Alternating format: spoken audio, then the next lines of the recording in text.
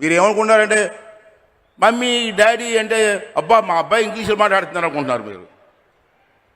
Mummy daddy ఏంటి?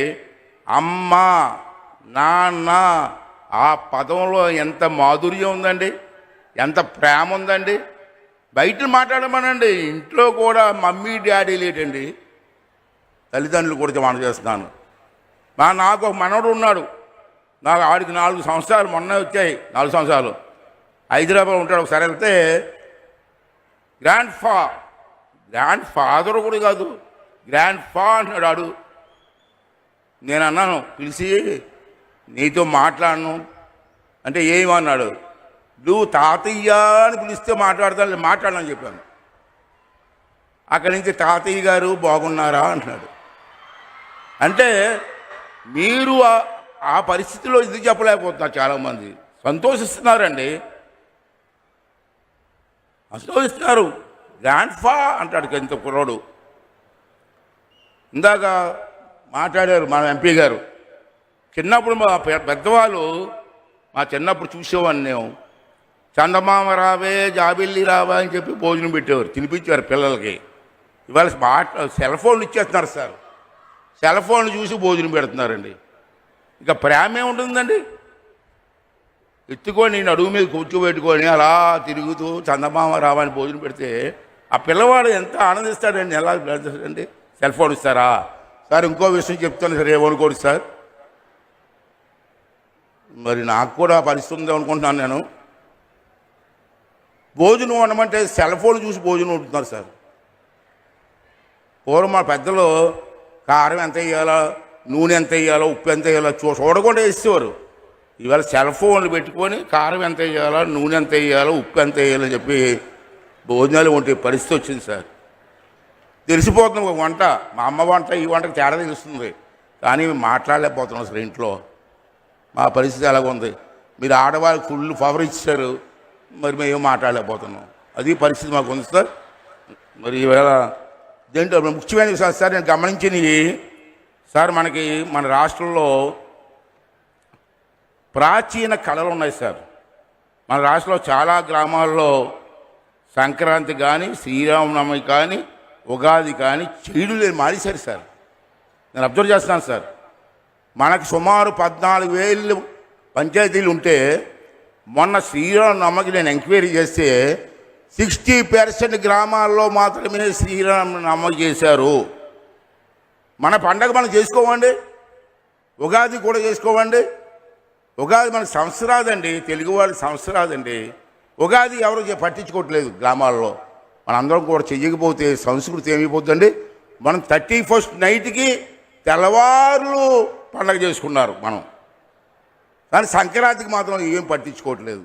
దయించి మీ అందరినీ కోరుకున్నాను సార్, మన ప్రభుత్వం కూడా ఒక డైరెక్షన్ ఇచ్చి మన పండగలు కాపాడమని చెప్తాను సార్.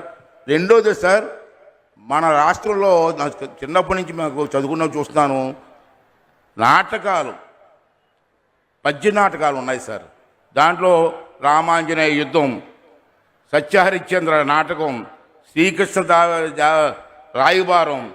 అప్పుడు పద్యాలు పాడుతూ ఉంటే స్టేజ్ మీద జనం ఆహా ఓహో అనేవారు. ఈవేళ ఎక్కడ కనపడలేదు సార్, ఎక్కడా కనపడలేదు సార్.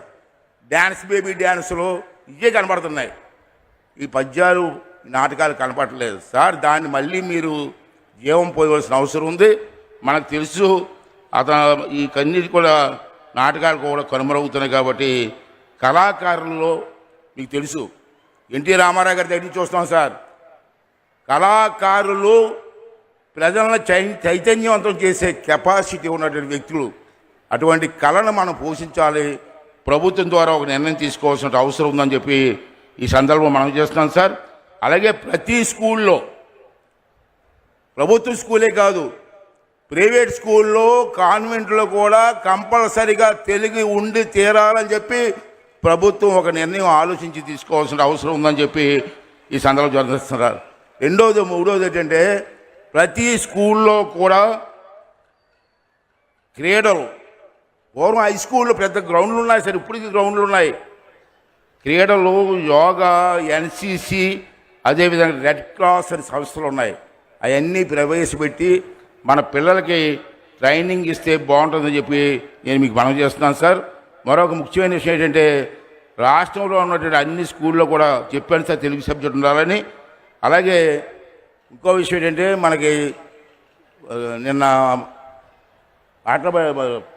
హరిశ్చంద్ర సార్ పేరేం పేరండి, గుమ్మడి గోపాలకృష్ణ గారు ఉన్నారు సార్. నిన్న హరిశ్చంద్ర వేశారు ఇదే స్టేజ్ మీద. ఏం గాయకుడు సార్, పెద్ద నటుడు సార్. నేను కోరేది ఏంటంటే ఆల్రెడీ అతనికి పదవి ఇచ్చారు, మీరు చెప్పారు, అతను సంతోషంగా చెప్పాను నేను.